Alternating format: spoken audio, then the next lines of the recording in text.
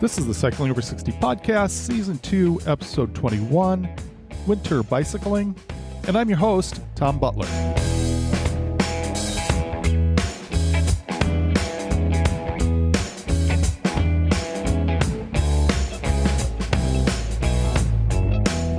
If you are a new listener, welcome. This is where I share my journey to use cycling to mediate some health issues that I accumulated over years of doing the typical toxic mix of sedentary lifestyle and poor food choices. So now I am on track to reverse conditions that are my biggest risk for an early death. And I am also just exploring what I see as a very interesting world of the bicycle.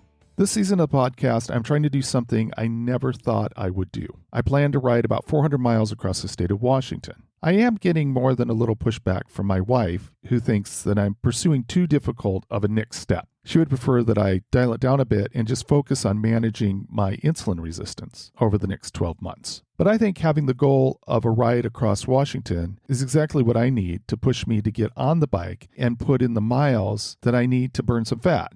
Specifically, liver fat that I think is linked to insulin resistance. I'm in the final 2 weeks of wearing a continuous glucose monitor. It has been a huge help having this monitoring. I have learned really valuable lessons about how to eat and how to exercise. I'm going to miss the monitoring, but I do feel I have a good plan to move forward in a beneficial way. If the CGM was a reasonable price, I would definitely be doing it longer. I don't have a doctor's order for it, so I'm paying out of pocket. I will be looking for a way to do more continuous glucose monitoring in the future. But the truth is, I wish I could do continuous insulin monitoring instead. That would be more valuable for me at this point. Recently, when I had the bike fitting for my Specialized Roubaix, one of the recommendations was that I swap out the saddle that came with the bike for a wider one. I was surprised by that recommendation. I don't see myself as larger than the typical person, so I figured the standard bike saddle would be good for me. The bike came with a 143mm Specialized Power Comp model saddle. The bike fitter, named Eric Moen, suggested that the 155mm would fit me better. I was pretty happy with the 143mm, and I actually felt it was a bit of a risk to put out $140 for a different saddle. I see Eric as a truly top-notch bike fitter, so I was pretty sure I could trust his recommendation. I got the 155 and I love it. I don't think I have ever felt a saddle fit me so well. On the package, it said that it was level 2 padding. I don't know really what level 2 padding means, and I don't know if that is for the 155mm or all the Power Comp saddles, but it seems like a perfect padding for me. I still need to go over 50 miles on it and see how a few hours feel, but so far it's fantastic. Eric Moen adjusted a few things that increase the angle of my knee so that I am extending my leg a little further. This has resulted in what feels like a lot more power from each pedal stroke. It might just be my imagination, but it sure feels like I am faster because of it. That extension also means I need to keep trying to be consistent with my stretching. I don't know why this is so hard for me, but if I don't get more flexible, I might experience more problems with the new position. Since they closed down my regular bike path, I now have a new 4-mile section in the middle of a ride to use as a measure for my goal to get faster. I was able to shave off a minute from the segment this week. That meant that I averaged 17.7 miles per hour. Looking at the Strava data, I can see that in my age group, 55 to 64, the top 10 times are all above 22 miles per hour. So right now my goal is to hit 20 miles per hour on that segment. That is a long way to go, but it is a good goal for me at this time.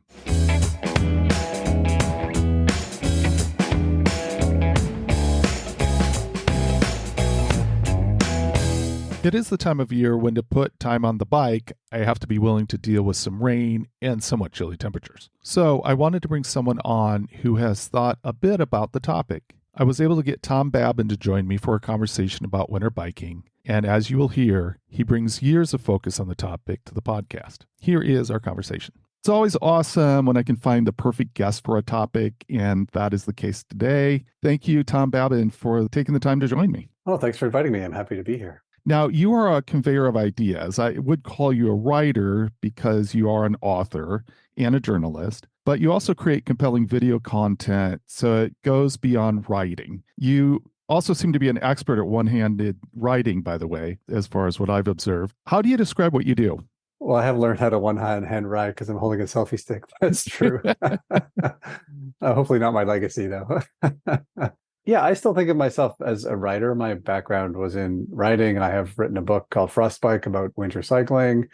Well, the writing is the basis of all that I do. But I would say on a sort of bigger level, what I do is I share my story on a bike. So I came to sort of cycling as a bike commuter years ago and was looking for resources and just started sharing on a blog, a written blog, and it kind of grew from there. These days, I put most of my sort of creative effort into a YouTube channel called Shifter, which is someone once said to me, "You make videos like a writer," and I'm not sure that was they meant that as a compliment, but that's sort of what the basis of all that I do. So yeah, and that's a long answer to. I would just say like I feel like I'm not an expert in anything. I'm just sharing my personal journey as I learn how to like navigate the world on a bike.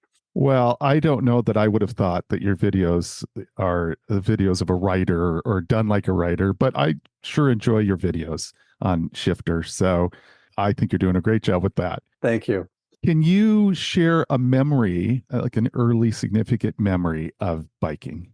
Yeah, I mean, I remember first commuting. I mean, I rode a bike as a kid like everybody else did, but I didn't sort of think of it as a transportation option until I had young kids and, I had no time to do anything. I wasn't exercising much. I wasn't getting out to have much fun. I was, kids are fun, but, I was sort of, it takes a lot of your time. And I just thought one day, hey, maybe if I ride a bike to work, I'll use that useless commute time sitting in my minivan and put it to good use by getting some exercise and maybe having some fun. And like I remember that first ride where I was just like, why have I been doing this all along? And so that was sort of like what sticks out of my mind as like my conversion into like a commuter transportation cyclist, whatever you want to call it. So that's one moment. I also have this other vivid memory of winter cycling, which is a big part of what I do these days and what I talk about a lot because I'm in Canada. Winter is an inescapable part of life here. And I would love bike commuting for a couple of years. And then I hated stopping in the fall when it got cold. And so I just thought I'd try to stretch my season out. And I was just like push it a little bit longer each day. And then I do remember one time staring out of my office window as the snow was coming down. And I hadn't made any accommodation for on my bike. I just had my slick road tires, my road bike at that time. And so I thought, should I call and get a ride home? I'm like, nah, I'm just going to go for it. And it mostly went fine, but I did have this moment where I slipped and fell on my bike on the pavement, just as like this giant SUV full of like 4 teenage girls drove by and like they slowed down and said, "Are you okay?" It was sort of mortifying in the way that teenage girls can make you feel like a loser.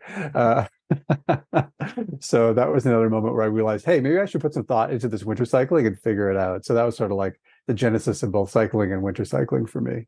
Now, you mentioned Shifter, which is your YouTube channel, and I would recommend people go check that out because there's some awesome content there. And I think the way that you explain things is really great. It has been for me. Can you give some background on the genesis of the channel and what you're striving to provide? Yeah, I mean, I started the YouTube channel after writing a blog for a number of years, and I was just looking for a sort of creative outlet. I hadn't, as a writer, I hadn't thought about video much, and I thought, well, let me try this. And in my experience, if you're trying a new creative thing, it seems to work well if you're putting it out there in public, and the risk of embarrassment does seem to like raise your level a little bit. So, I did a lynda.com course on video editing and you stumbled through the first several videos. I'm still a pretty basic video editor, but I feel like I've got to the point where now at least I can articulate the story I'm trying to share. So that was sort of the technical side of it. And what I found on YouTube is like a real international audience, more so than was reading my blog. And a lot of people in cities like mine that were struggling, didn't have a lot of bike infrastructure. Like cycling was not easy, like transportation cycling was not easy. And so I just tried to adapt what I had learned over the years as a commuter cyclist to the channel. And what I had evolved to at that point was sort of, I started as like a sporty sort of athletic cyclist where I would like gear up and maybe not lycra on my way to work, but I definitely wear athletic clothing and had a really fast bike. And then over the years, I sort of like realized that it's possible to slow down a little bit and like it doesn't have to be that complicated. It doesn't have to be that expensive. I sort of actually downgraded my bike a little bit over the years and I started dressing for work and not for the journey to work on my bike. And so that sort of simple message is something that impacted my life in a positive way. It just made things so much easier than having to overthink it sometimes. So that was kind of the message I took to the YouTube channel, was like, this doesn't have to be complicated. I think in North America, we do tend to overcomplicate these things sometimes. So I just wanted to like get that message of simplicity out there. And it does seem to resonate among certain people. So that seems to be where I found my niche. So the reason I reached out to you for this discussion is because you wrote Frostbike, The Joy, Pain, and Numbness of Winter Cycling. You mentioned that you kind of wanted to extend your commuting into winter months, and that was a journey for you to kind of figure that out. What were you thinking as far as what Frostbike would provide? Well, the real impetus for writing it was me looking for resources to help me figure out how to ride in winter, and not being able to find any at that time. And so I thought, well, no one's done this. Maybe I can do it. And so that sort of gave some structure to my research or my wanderings around winter cycling. And so I just wanted to share what I had learned, because I sort of learned a lot the hard way. There was a lot of trial and error. I tried a lot of different things before I came upon it. And there was I think there still is a feeling among winter cyclists out there that, or at least those who don't understand winter cycling, that you have to be some kind of masochist to want to ride in the wintertime, that you need all this gear and it's expensive, and you have to like, it's like a real like athletic pursuit, and you have to really like, you're real like strong and macho to get through it. And that just wasn't my experience, especially as I started looking in other places, in other cities around the world. It doesn't have to be that hard. And the more I learned, the easier it got, the more I enjoyed it. And that was sort of the message that I wanted to share. I like that. Now, I would like to frame the conversation in a certain way, maybe. I'm curious about your perspective on this. I'm riding a bike because it's helping me to reverse some lifestyle diseases. I see the bike as something that's going to be, for the rest of my life, something that helps me stay healthy. And so for me, I need to ride in the wintertime. Otherwise, I lose like 25% of the time, of using the bike that way. So I am wondering, do you feel that winter cycling is an important factor to get people to embrace the bike as a form of transportation, that biking in the winter keeps them on the bike and allows them to see it as a more complete form of transportation? Yeah, that's one of the great things about bikes, is how they can do so much for us, and staying fit and healthy and all of that was a huge part of my original motivation. And as I get older, I find it's a huge part of me maintaining my mental health. I just feel like I'm a better person if I'm riding, or my family's quick to tell me like, maybe you should go for a bike ride today. So they rely on them to help me out there too.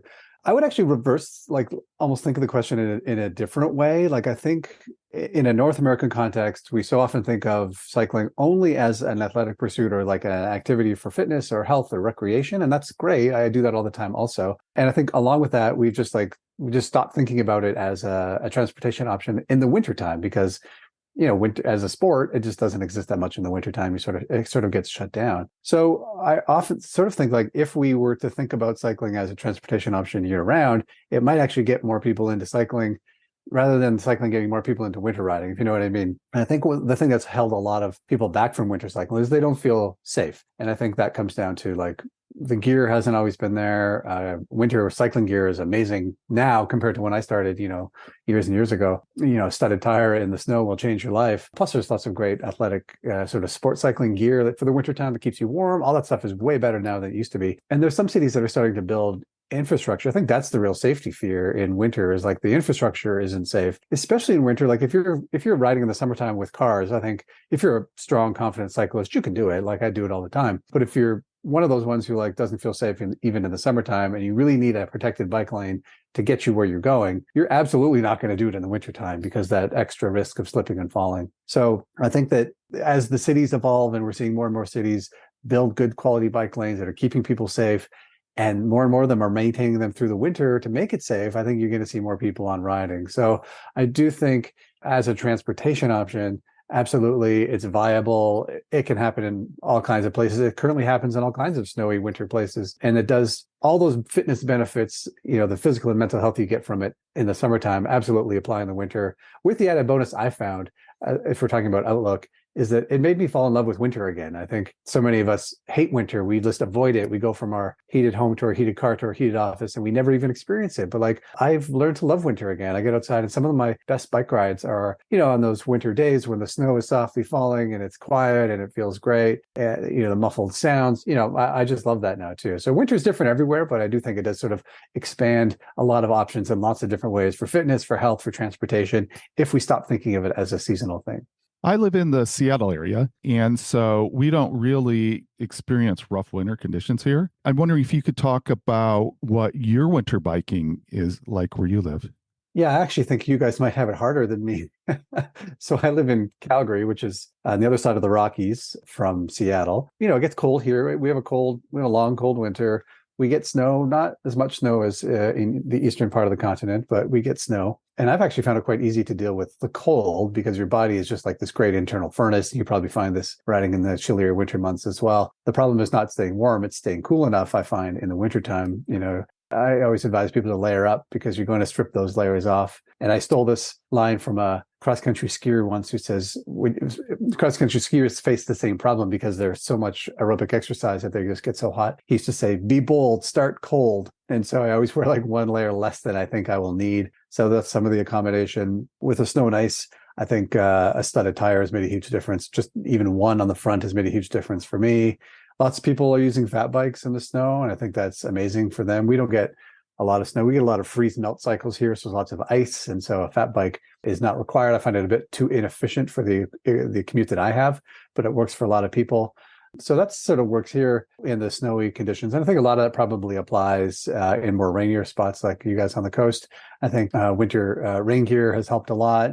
It's much better now than it used to be. If you want to wear your regular clothes to work when it gets colder, a couple of years ago, I discovered the magic of cycling specific ponchos, which everyone sort of laughs at, but they actually are really good, and they fasten in the right places to keep you dry. Fenders on your bike make a huge difference. Maybe some overshoes or something on your boots. Even with fenders, I do find my feet get wet sometimes in those rainy conditions. So it's definitely possible. I think, winter is sort of different everywhere. Some places have heavier snow, some have lots of cold, but I've been to lots of places and everyone seems to make it work, whether it's rain or snow or sleet or anything. I don't think there's any problem. I actually think the bigger challenges are the places that are really hot, down in the southern US. I think in the summertime, that's a real problem, barrier to cycling that is even harder to overcome, I think, than the cold and rain of winter. I think that's a really good point. I did Seattle to Portland bike ride last year, which is a pretty famous ride up here, and it was hot. And the other day we were out and it was, I don't know, it wasn't raining, but it was cold, and we had stopped and we were sweaty, and we stopped long enough that we got back on the bike and we were wet and cold. And so it took a while to get up to the point where we're generating heat again. And so someone asked, would you prefer this kind of difficulty or you would prefer the heat? And definitely I prefer the challenge of being a little bit cold rather than being too hot. There's more options, I think, too, for keeping yourself warm than for cool. There's only so many layers you can take off. Yeah. In Frostbike, you talk about your journey to find a great winter bike, which I thought, again, was an awesome unpacking. It was written in 2015, so a little bit different of options and of equipment that you would find today. But I still felt it was really a really great explanation of kind of the factors that you were looking at. You talk about this thing that happened in 1999 at the Interbike trade show in Las Vegas. You mentioned a fat bike, and that was a point that helped bring about the fat bike. So I'm wondering if you talk a bit about that, and then kind of what you've learned over the years. You talk about the fat bike isn't really the best option for you, but maybe talk a little bit about the fat bike as far as winter riding is concerned. Yeah, that was just one of those great little stories that I unearthed in researching that book about winter cycling. So that trade show in Las Vegas, the Interbike trade show, the way the story was told to me was there was a vendor there selling fat tires that were built for sand.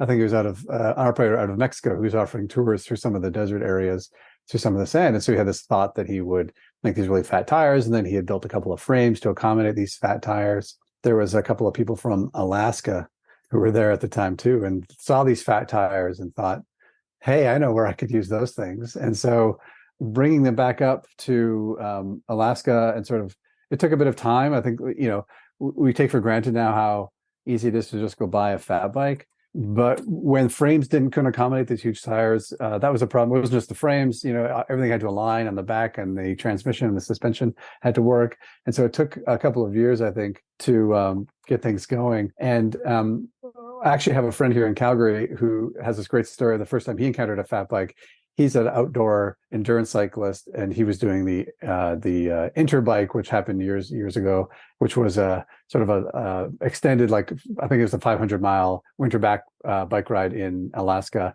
similar to the Iditarod, the sled dog race.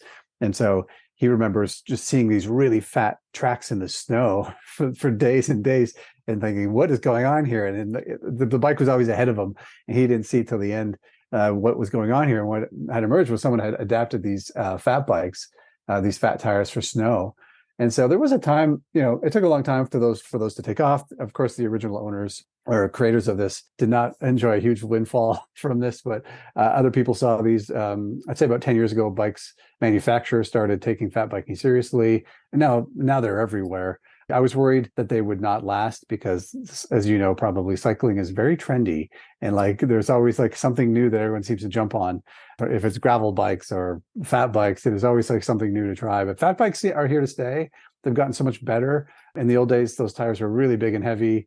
There wasn't a lot of them didn't have suspension, but they exist now in lots of different formats. The prices have come down a bit. They're still more expensive than I would like to see, but they're still a great option for lots of people. But it depends on your winter. I think if you're in a snowy place where they pack trails down or pack road paths down, they can be an amazing option. Electric fat bikes are amazing too, because the extra drag of those fat tires can wear on you, but the electric motor can sort of pick up the extra slack on that one. So I really love how they work there. But also, like I said, it depends on where you're riding, I think.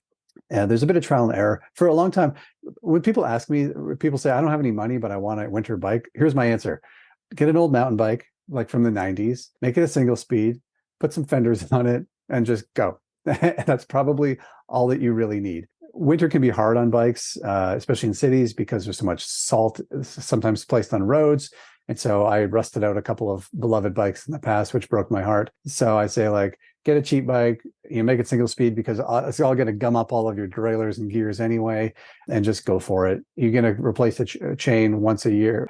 You're going to have to clean your bike a lot, but that's the best route forward from those people in winter, I think, if they're worried about spending a lot of money. I love that because it's so simple and so practical. And I think that sometimes, and I think this kind of comes out in the book too, and in other things that you talk about on Shifter, sometimes we try to make things more complicated to make them work. And you're presenting something that is simplifying it to make it work. And I think that's awesome. Yeah, I also still have my heart broken from that bike that I destroyed, and I'd hate for somebody else to experience that. So if you can pick up a cheap bike for $100 and make some modifications to it, you're good to go. Kind of along with this, in Frostbike, you make the statement that you realize that what's holding most of us back from winter cycling may not, in fact, be the bike. What were you trying to convey with that statement, and how do you feel about it today? Yeah, I think that's still the case. And I think I was thinking of two things when I wrote that. One was, it's not the bike holding back people from winter cycling. It's often the city. People don't feel safe because there aren't safe, protected places for them to ride. And we see in northern cities where there is good bike infrastructure that's well maintained in the winter, people use it, people ride. So I think that that's a key part. But I also think what's holding people back is our attitudes towards winter. I think it pains me as a Canadian to say this, but because we think of ourselves as winter people, but a lot of us are pretty bad at winter. We've forgotten how to exist in it because we've gotten so good at avoiding it. So I think our attitude towards winter is a huge part of this. And I was like this at the beginning too. Like, I was scared. I was worried about the cold. I was worried about falling. I didn't really know how to deal with winter. And so going through this, I think, taught me that I don't have to be afraid of it. It's manageable. I can do it. I don't have to ride every day if I don't want to. I can make these sort of accommodations to make it happen. I still look out on really cold days and think, oh my God, am I going to die if I go do this? But then as soon as I gear up and get out there, it's fine. And like 10 minutes in, I'm like, oh, what was I worried about? So, I think the two things holding us back really are safe bike infrastructure and our attitudes towards winter. There are so many great stories in the book. I mean, you're a great storyteller, and I really appreciate that. And maybe it's because I'm biased and I like stories about cyclists. Maybe if somebody wasn't a fan of biking, maybe they wouldn't feel like the stories are so great. But I think the stories are great. And one of those is this story of, I think it's Colin Kerr, if I'm saying that first name correctly. And there's this moment where you describe when a magazine wrote about, quote, a bunch of kooks who didn't realize when to put their bikes away. But the truth of the bunch of kooks got revealed when, after a particularly heavy storm, people called the city to complain that the city wasn't clearing the bike paths. Can you talk a bit about what this story illustrates?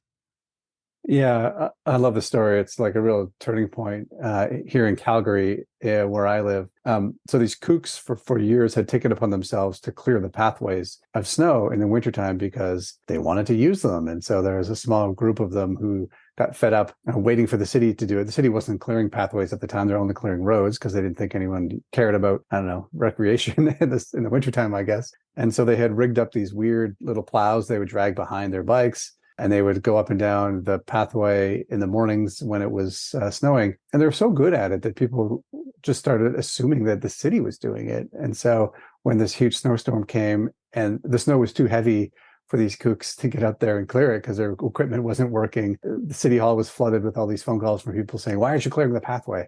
So it was a real turning point. Here in Calgary, it was, I think, a realization that these pathways, these routes are essential to people. It's not just cyclists, it's people walking and out running. And I think there's a realization like, oh, I guess maybe we need to start thinking about winter, which is, like I said before, it's bizarre to me as a Canadian. Like winter is such a huge part of our lives that we just sort of, we go into hibernation mode and sort of ignore it or like pretend it doesn't happen. So I think that was a real turning point for the idea that yes, people need to get outside. Yes, we're happier and healthier when we get outside in winter, whether it's walking or running or cycling. And yes, these are transportation routes. I mean, we have a great multi-use pathway network here, and these routes are sometimes the quickest, most efficient ways of getting downtown. And so why not use them in winter? Also, for me, it's like we invested in this network. Why not keep it going for the wintertime? It just seems like a good use of money. Just to let it sit idle for 4 months or 3 months, whatever winter lasts, seems like a waste of money to me. There's this transition in the book where you start out saying, I want to get the equipment that I need, but then you start asking a question about what is the infrastructure really that's needed. It seems like maybe no matter what equipment you have, if you don't have the support for people to get out safely, then you can't really expect people to be out there using their bike in the wintertime. And so you decide to travel to Finland and experience a city. And the quote is, someone says, it's always a good time to ride a bike in this city. Can you talk about that experience and if the criteria you use to evaluate a winter bike city has changed over the years after that trip? Yeah, I think that quote comes from my friend Pekka, who followers on my channel might know. He's a regular guest. He lives in this city called Oulu in northern Finland. It's a university city, about a little over 100,000 people. And I visited there when I was researching my book because they were hosting what I didn't think was real. It was the first annual Winter Cycling Congress or conference. And I thought, this exists. There's enough people in the world who are thinking about this. And so I went there and I arrived at midnight and Pekka was there with a bike to pick me up. And I was like shocked that we were going to ride our bikes from the airport at midnight. And he was like, that's probably when he said that. It's always a good time to ride a bike, which sounds very Pekka.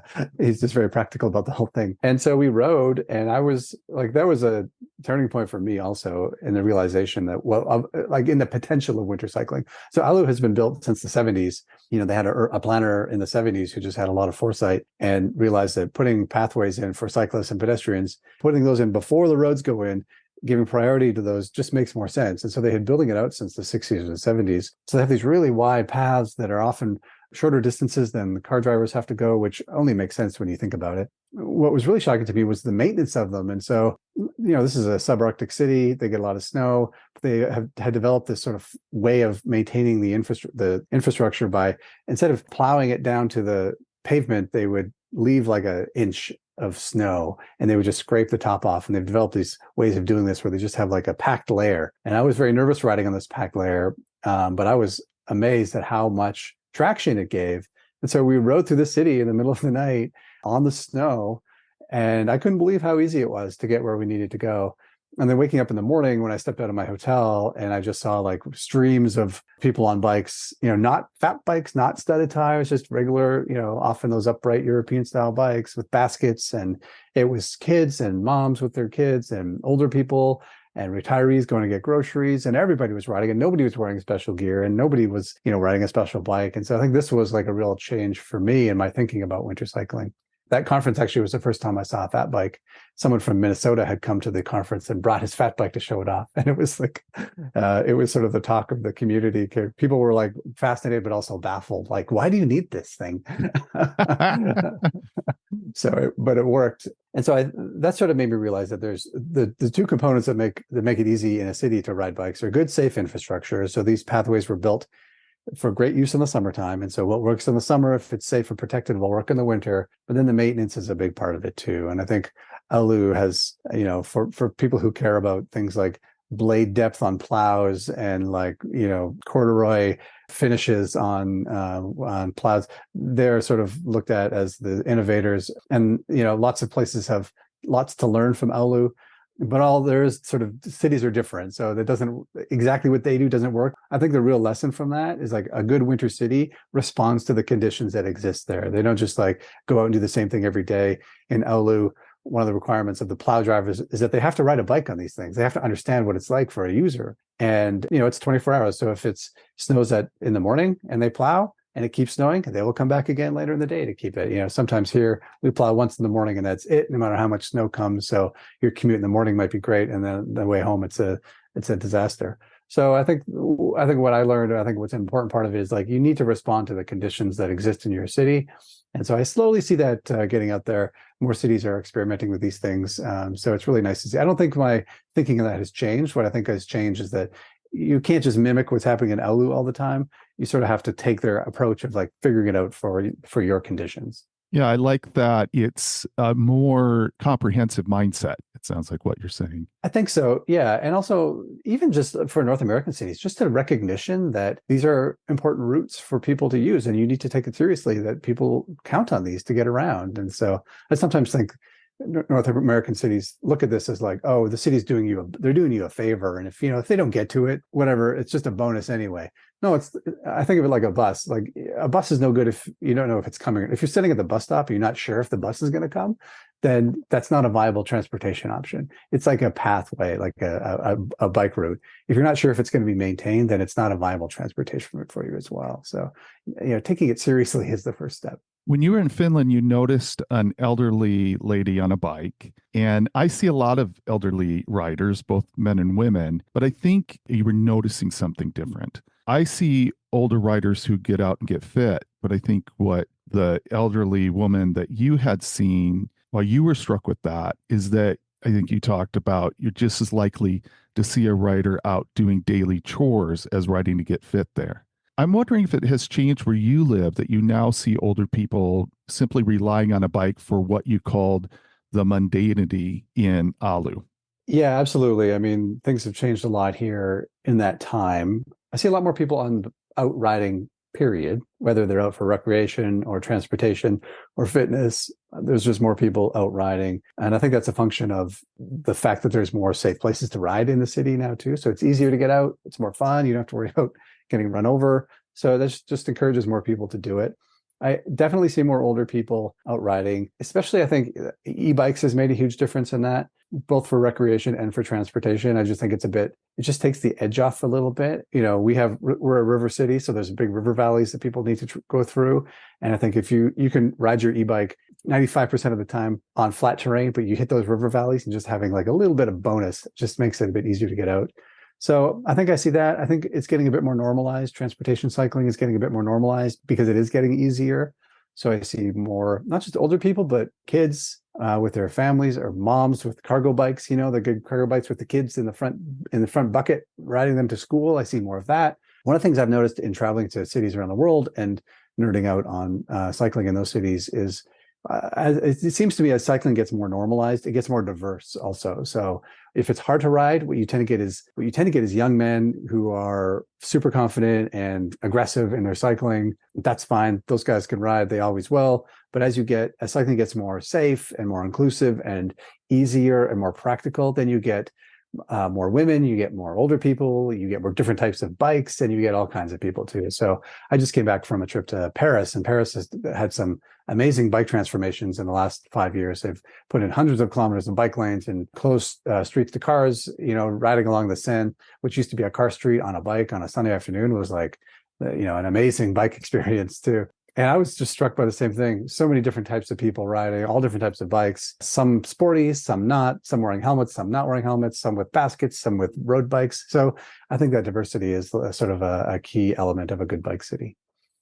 I think it really is something you can notice if you're in a city that has made the investment, put in the labor to make biking a really safe thing. I think what you're talking, the diversity does seem to be a marker, and there's a particular marker of people riding in everyday clothes out on bikes that are really comfortable bikes. It seems like you can almost rate a city by how comfortable people are dressed when they're riding. Yeah, I think that's true. I think I just did a video where we did sort of informal surveys of a bunch of cities around the world. And it did seem to me one of the trends we noticed is like the higher the number of cyclists, the fewer who are dressed for sport. And I just think like it's probably that people who dress for sports and activity are there anyway and are going to do it. And I think that's amazing. I mean, I do it all the time too. But as it gets easier, it just opens it up to more people who want to ride in different ways. That's one of the great things about cycling is there's so many different ways of doing it, I think too. So the diversity is great. And I think a healthy bike culture, I hate using that phrase. I'm not sure bike culture is a thing. Sometimes I feel it's more like a function of the infrastructure rather than a culture of it. But there is part of it is culture, definitely. A healthy bike culture, I think, is a diverse bike culture. Someone from a North American city is just educated differently from these cities like in Finland or other places in Europe like Copenhagen when it comes to bikes. I found this to be illustrated in an interesting way by dooring. Can you explain that term, and then also what happens in a city that is just always used to a lot of bikes being around? Yeah, it's an interesting idea. Dooring has been one of the fears for me as riding my bike around a lot, and probably for you too, is riding adjacent to a parked car and then having someone exit the parked car by opening the door right into your path. And it's very dangerous. I know people have been seriously injured by hitting an open door on a car. I think I first realized the difference here when I was speaking to a European one time, probably somebody from the Netherlands, when they were talking about infrastructure. And I asked them, like, what about the risk of dooring? Because, I think about this all the time, and they didn't even know what it was. They had no clue what being doored was. And that was because they just don't put cyclists in that position where they have to worry about that. So often, a safe infrastructure to a Dutch person, a safe bike lane is separated from cars. There's a physical barrier away from motor vehicles. And so they just don't put people in the situation where that can happen. So part of it is education. Actually, there's this thing people used to call it the Dutch way of opening your car door, where you like reach around with your right hand to open the door so that it forces you to look behind you, and so that you can see cyclists coming. And then you can open your door safely rather than using your left hand where you just throw it open without looking behind you. And for a while, people were calling this like the Dutch way of opening the doorway. And I asked somebody, a Dutch person one time, and they had never heard of this. So I don't think it's that Dutch. I think it was more like us applying this idea to it. But I do think that part of it is education. I do think in those great bike cities of the world, Amsterdam and Copenhagen and Oulu and those sorts of things, they definitely teach kids how to ride in different ways than we do. But I also think it's just a matter of safety. You're sort of brought up in a culture where cycling is normalized. It's a transportation option. It's safe and easy to do. You don't have to think that much about it. It's really easy. You just sort of get out there and go. So I think that's part of it as well. We could do a better job educating kids here on even things like basic bike maintenance. I think one of the barriers to people riding bikes is like they don't trust themselves to fix something that goes wrong, and they don't want to take it into the mechanic all the time. So I think like teaching someone how to fix a flat tire or change a chain might be a great thing for kids to get them into it as well. But it is part and parcel with just a better bike environment in general, I think. There was this thing that you talked about that I really was attracted to, and that was about feeling a rhythm in Copenhagen. And I think what you were saying is that that rhythm was shaped by the use of bikes there. And a little further in the book, you talk about Rahm Emanuel, who as mayor envisioned a bicycle-friendly Chicago. I'm wondering from your experience, like how far are we away from experiencing that rhythm that you talked about in a place like Copenhagen, in a North American city like Chicago, or basically any American city or North American city? Yeah, that's an interesting question. I hadn't thought about this maybe since the book came out, but now that you're talking about it, there is definitely a rhythm to a city like Copenhagen or Amsterdam, and even coming from Paris that has implemented all this change in the last couple of years. I don't think the rhythm is quite there yet. I think they're getting there, but I think that rhythm, they've done so much work so quickly, but there's still lots of connections that need to be made, right? Like bike lanes in some areas just don't connect that smoothly to others. So there isn't like a complete network that could facilitate a rhythm like that too. So it definitely takes some time. I'm sure Paris will get there, and they're moving so quickly that it won't be long. But in North America, it's definitely not coming. I felt it most in Montreal. Montreal is 30 years ahead of any other North American city right now when it comes to bike lanes. I do think in some of the more dense neighborhoods in Montreal, where they've had bike lanes for 20 years or 30 years in some cases, and now they've just every year they improve the system a little bit more. They add a bit more length to the networks. They make connections. They're building new ones. They're rebuilding streets to make them more pedestrian and bike friendly. You're starting to feel that. I think you can see it, and that rhythm also comes from like the life on the street. And Montreal is, in the summertime this year, I think they pedestrianized 10 streets this summertime. So there's like a vibe, the feeling in the streets, and the culture of cycling just fits really nicely into that. I'm seeing good things happening in Vancouver. New York, of course, has made big strides. I'm hoping to make it to Seattle in the next year because I'd like to see what's happening there as well. The problem, I think, what we're seeing in North America is that we don't see a lot of sustained growth. I think you get a city hall administration or a mayor who pushes it. We make some progress, and then priorities change or government changes, and then we lose it, and then it's sort of piecemeal. And so to get to the point where Montreal is at, you need 25, 30 years of like a plan that is implemented consistently, and it's built and it works. And I think you can really see the results. It's not rocket science. I think it's easy to happen. It can happen everywhere. We just need to prioritize it. So I see bits and pieces here and there, but I haven't seen a real comprehensive push forward like I have anywhere outside of, say, maybe Montreal, and maybe a bit less so in Vancouver. When I picked up Frostbike, I really was thinking I'm going to read about the equipment. I'm going to read about the bikes. I'm going to read about footwear. I was really expecting like that kind of a resource, but I was really pleased that the book is this journey, with stories along the way, and journey of maybe the focus on the bike isn't the biggest thing. Maybe the focus on transportation planning is more of the thing, and infrastructure is more of the thing.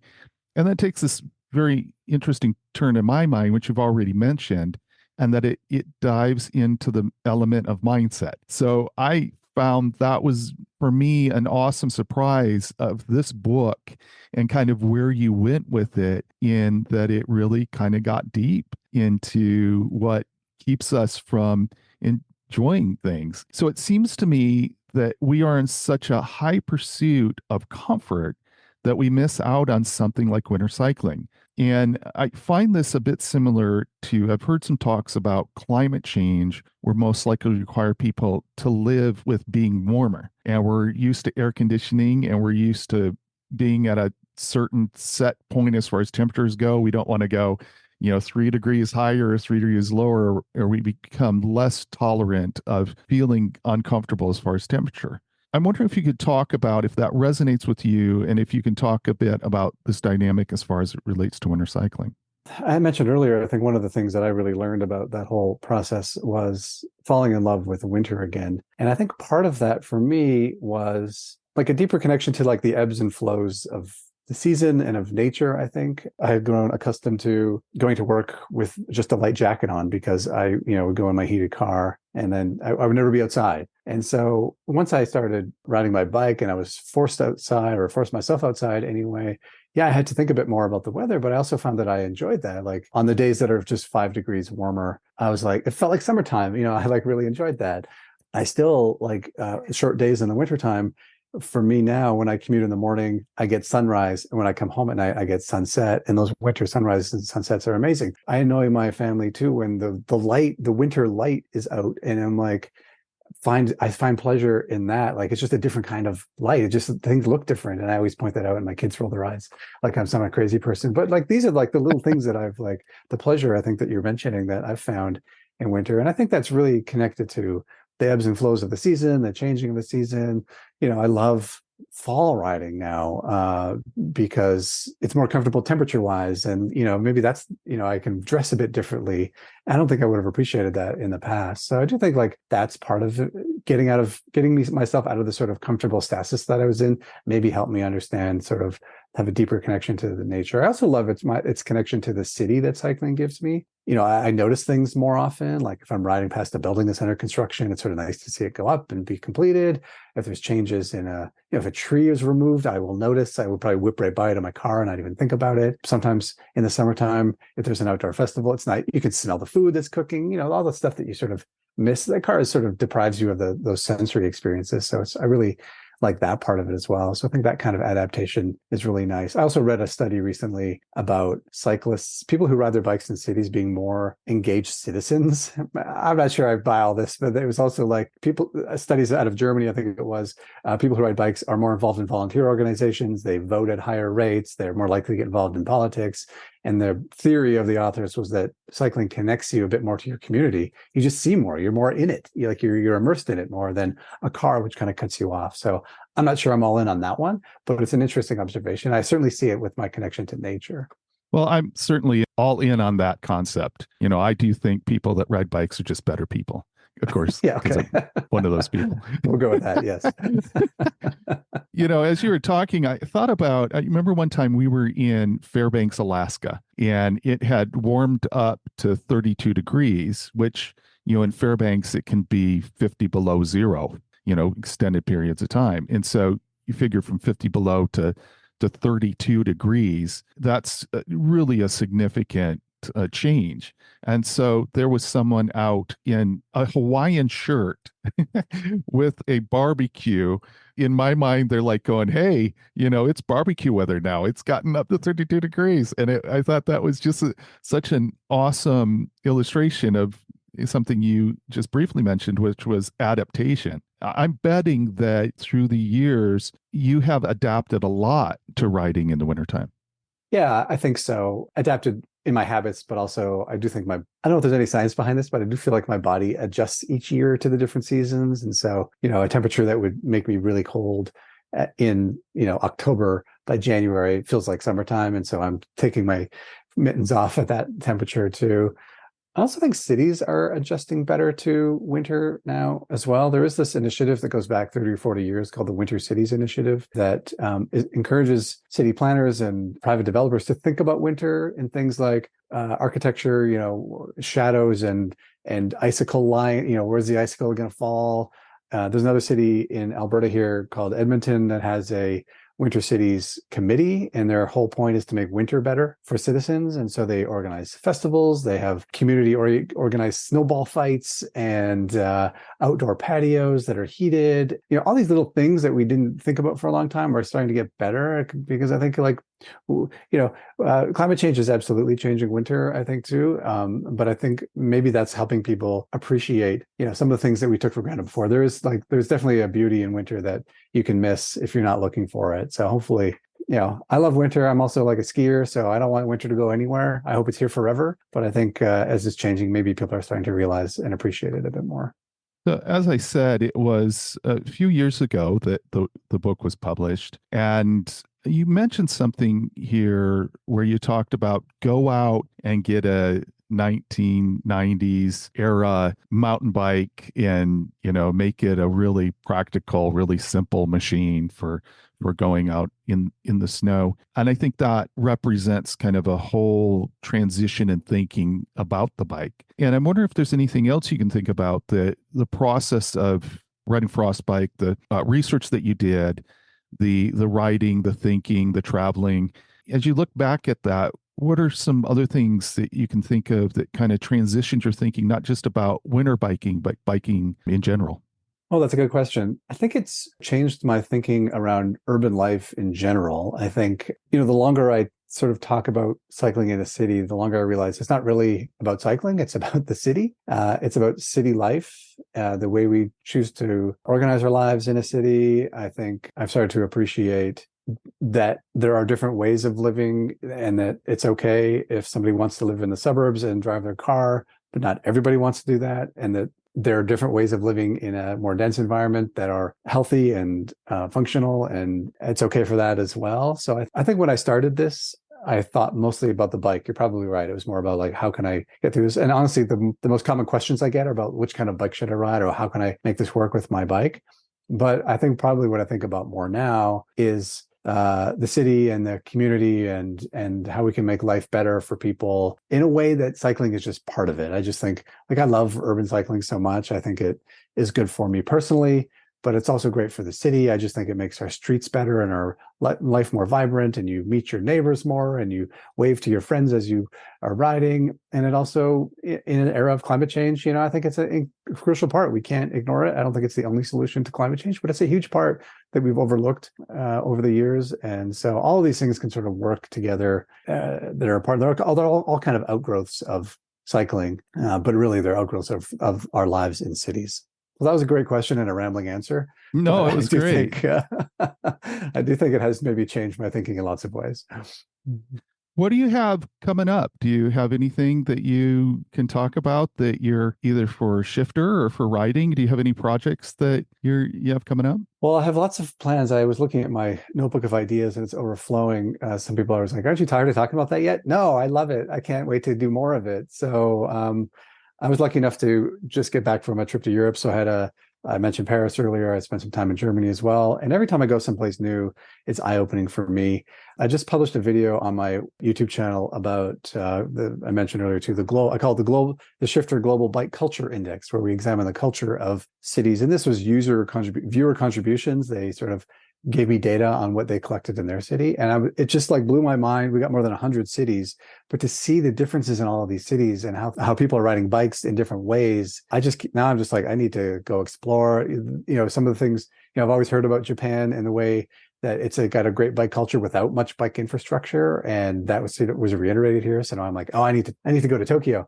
And also, I maybe realized I've been pretty Eurocentric in my thinking about this, thinking of those European bike cities as amazing places. But to see what's happening in Mexico City and in Manila and in Dhaka has really been amazing. So I think I'd love to sort of explore different approaches to getting more people on bikes. And we often overlook, the biggest bike cities in the world where the most people are riding are probably like in India and Bangladesh, right? Like there's just, that's something that I would love to explore as well.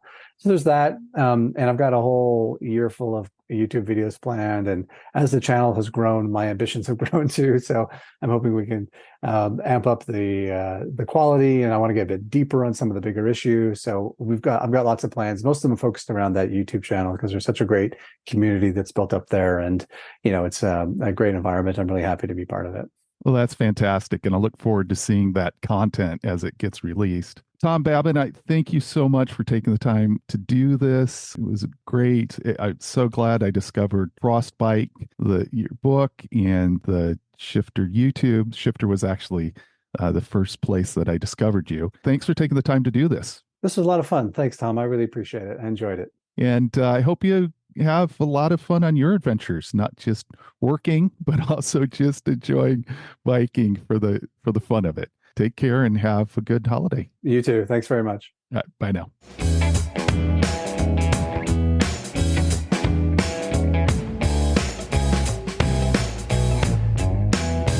Being in a rural setting, I don't use my bike the way someone getting around an urban environment does. And I can get a bit jealous of the dedicated bike lanes and public transportation that allows the bike to be a primary mode of transportation. Thinking about winter cycling, I can imagine the stillness of a winter night with the snow slowly falling down, making tracks through fresh accumulation. It certainly is a different way to experience winter. But I also understand how winter riding in a city would be hard to do if I didn't feel like the routes would be safe. I would love to hear your stories of riding in the snow. Have you experienced a new way of looking at winter because of biking? Or have you found it just too much of a challenge to be out on a bike during snowy winter months? You can find my email and Instagram links in the show notes. Please share your experiences. Well, there is only a short time to meet those cycling goals for 2023. Whether it is outside braving the elements or indoors putting time on the trainer, I hope you're wrapping up the year with some great rides. And remember, age is just a gear change.